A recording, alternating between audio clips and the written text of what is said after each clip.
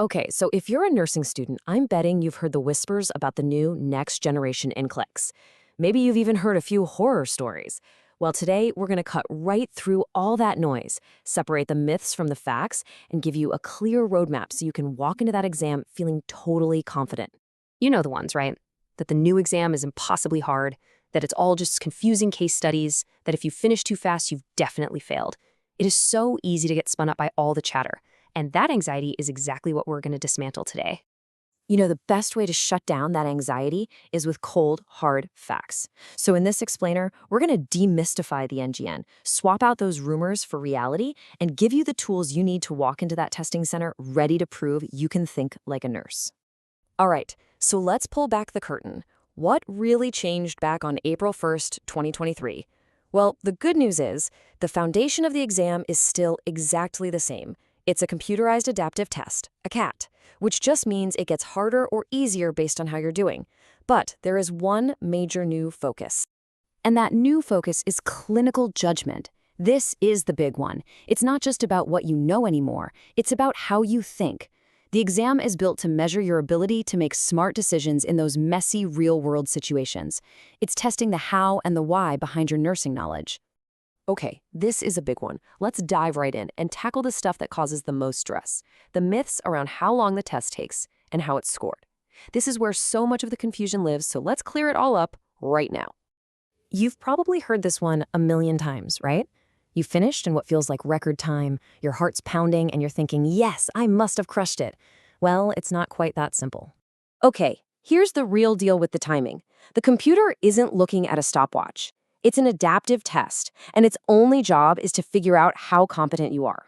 The exam shuts off the moment the algorithm is 95% certain that you are either clearly above the passing line or clearly below it. So finishing fast could mean either one. Your speed is not the indicator. The computer's confidence is. And this one? It's basically the evil twin of the timing myth. You see that question counter tick past the minimum, and the panic starts to creep in. You think, oh no, it keeps asking me questions, I must be bombing this. Let's just look at the numbers.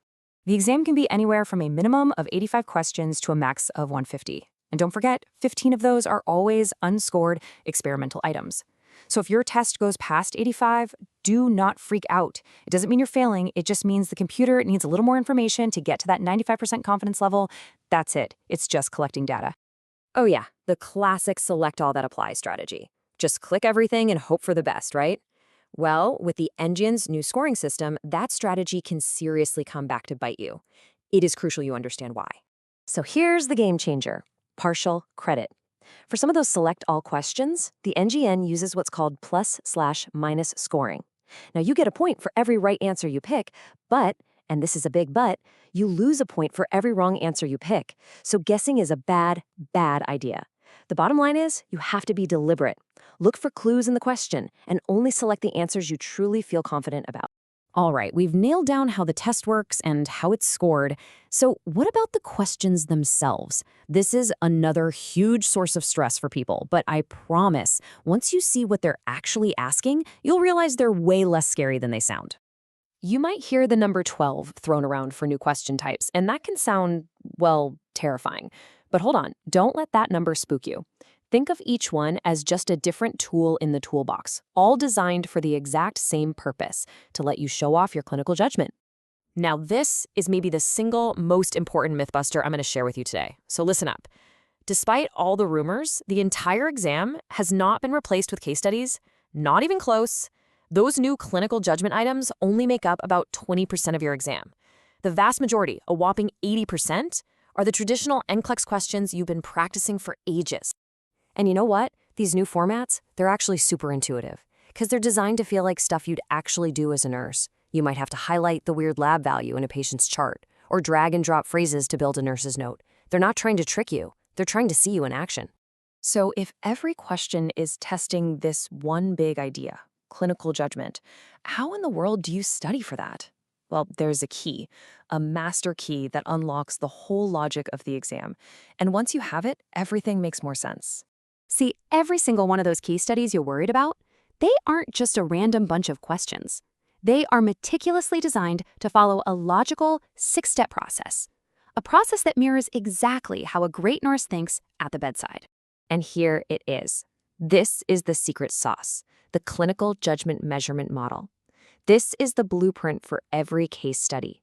The 6 questions you get will walk you right through these steps. You'll recognize cues from the patient's chart, analyze what they mean, prioritize the biggest problems, figure out what to do, take action, and then evaluate if it worked.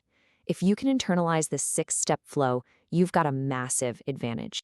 Okay, we've busted the myths, we've decoded the logic, now what? Let's put this all together into your personal game plan. Let's talk about how you can walk into that test ready for success. So what do you need to walk away with? First, think process, not just facts. Master those 6 steps. Second, read every single word of the question. It often gives you clues about the scoring. Third, practice your pacing. Case studies take time, so get used to it. And finally, don't fear the new stuff. Seriously, see it as your chance to show them what you can really do. So when you sit down on test day, what's it actually going to look like? Simple. You'll start with those 15 practice questions. Then you'll get a mix of all the question types, and remember, you can't go back. And then it ends. It ends whenever that computer decides it knows you. That's it. No big mystery. Look, the Next-Generation NCLEX, it's not some monster hiding under the bed. It's an opportunity. It's your chance to prove that you are more than just a textbook with legs.